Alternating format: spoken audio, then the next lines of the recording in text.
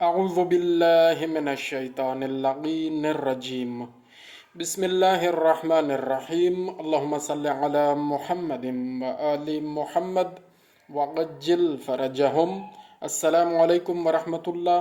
خطبہ نمبر 31 نہج البلاغہ سے کلام مولا متقیان آپ کے سامنے پیش کرتے ہیں۔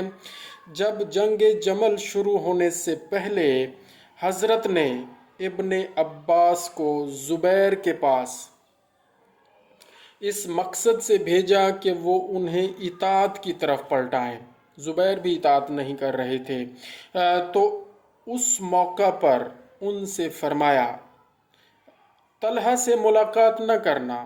ابن عباس کو آپ بتا رہے ہیں مولا متقیان کہ طلحہ سے ملاقات نہ کرنا، اگر تم اس سے ملے تو تم اس کو ایک ایسا سرکش بیل پاؤ گے جس کے سینگ کانوں کی طرف مڑے ہوئے ہوں، جس کے سینگ کانوں کی طرف مڑے ہوئے ہوں، وہ منہ زور سواری ہے۔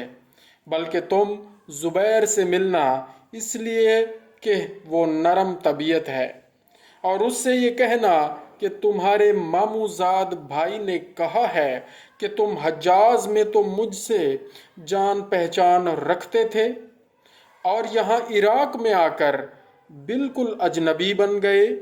آخر اس تبدیلی کا کیا سبب ہے؟